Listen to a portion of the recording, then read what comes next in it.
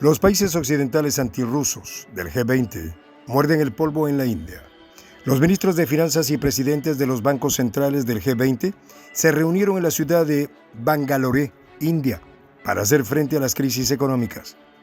En la reunión, Washington y sus aliados trataron de amasar la presión del grupo en favor del régimen de Kiev, pero el oso y el dragón no cayeron en la treta preparada por las potencias occidentales, haciendo que fracasaran en su intento de acorralar a Rusia.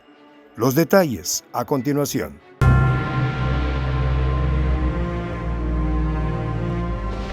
Voz de la Patria Grande. La reunión de ministros de Finanzas y banqueros centrales del G20 de potencias desarrolladas y emergentes concluyó en India sin emitir una declaración conjunta, orientada a impulsar esfuerzos colectivos para hacer frente a las vulnerabilidades económicas.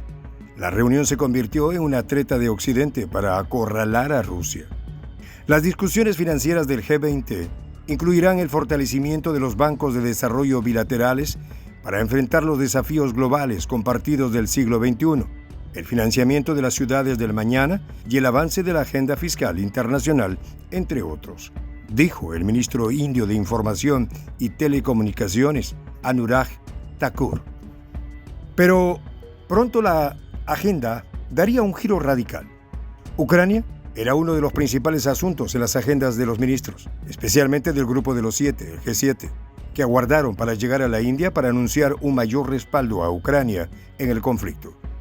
Un borrador previo de la declaración conjunta ya dejaba entrever la estrategia fraguada desde Occidente, ya que las tensiones entre los países participantes radicaron sobre la manera de describir la operación especial rusa.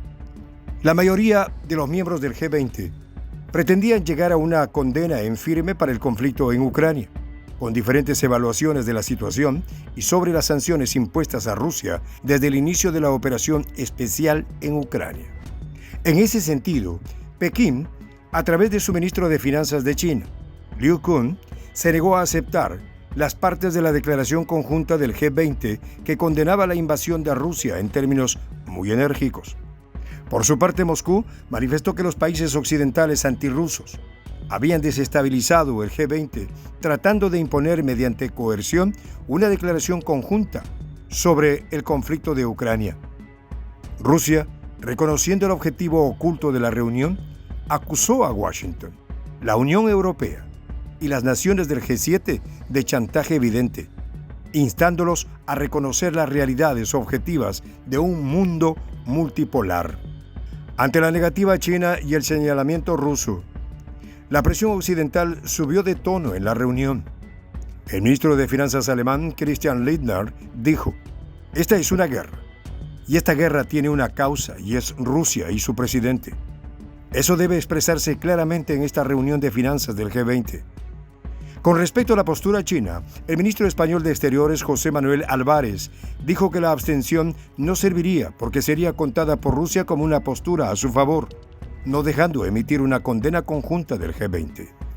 El colmo fue que el ministro de Relaciones Exteriores de Ucrania, Dmytro Kuleba, llamó tras la votación a la India a mostrar liderazgo durante el G20 y dijo que la neutralidad y el balanceo no son el camino hacia la paz. En ese sentido, las potencias occidentales arremetieron contra el anfitrión. La posición de India sobre el conflicto había sido vista como uno de los mayores impedimentos para la adopción unánime de una declaración, evitando la palabra guerra o mencionar a Rusia. El primer ministro indio, Narendra Modi, afirmó esto: "Desde el principio de los desarrollos en Ucrania, la India ha insistido en resolver esta disputa a través del diálogo y la diplomacia".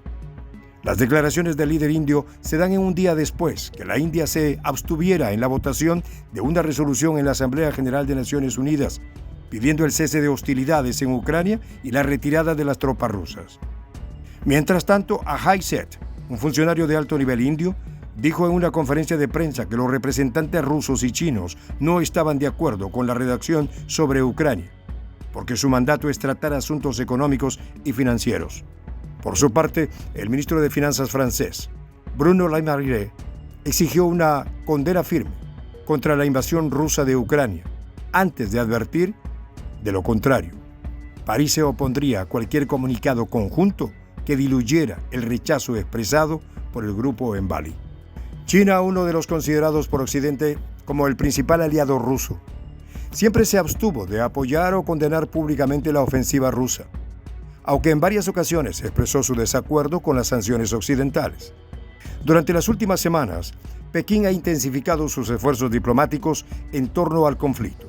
Su principal diplomático, Wang Yi, realizó una gira por Europa esta semana que culminó con una cálida bienvenida del presidente ruso en Moscú.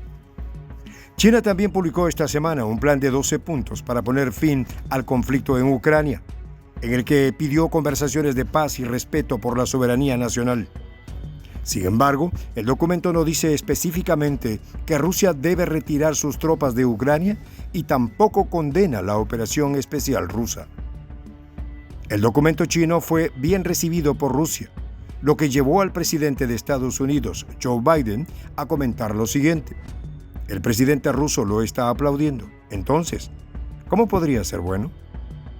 Las reuniones anteriores de los miembros del G20 tampoco lograron producir una declaración conjunta desde que Rusia invadió Ucrania en febrero del año pasado.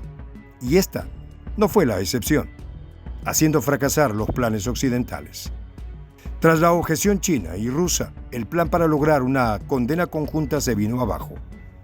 El grupo de los 7 perdió en otro escenario frente a Rusia. Las reuniones del G20 hacen más difícil lograr una condena a favor de Occidente.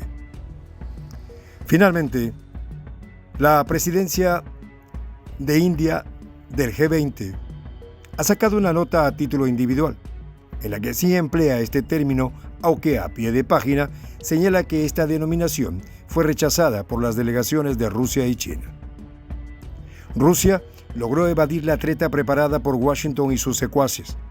Obviamente, Occidente aumentará la presión sobre el G20 para que en la próxima reunión se tome una posición más conveniente a sus intereses frente a la situación global.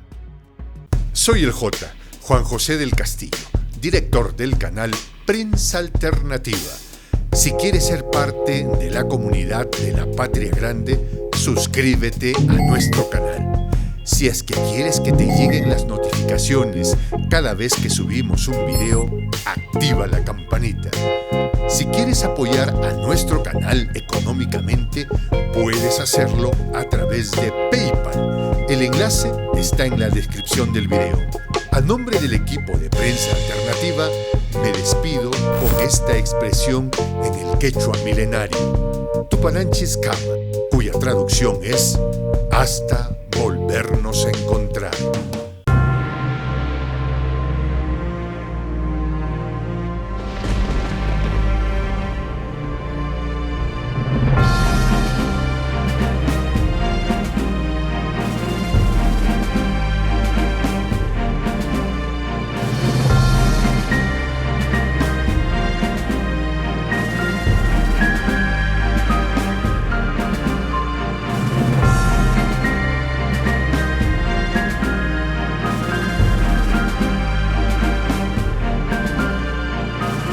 Voz de la Patria Grande.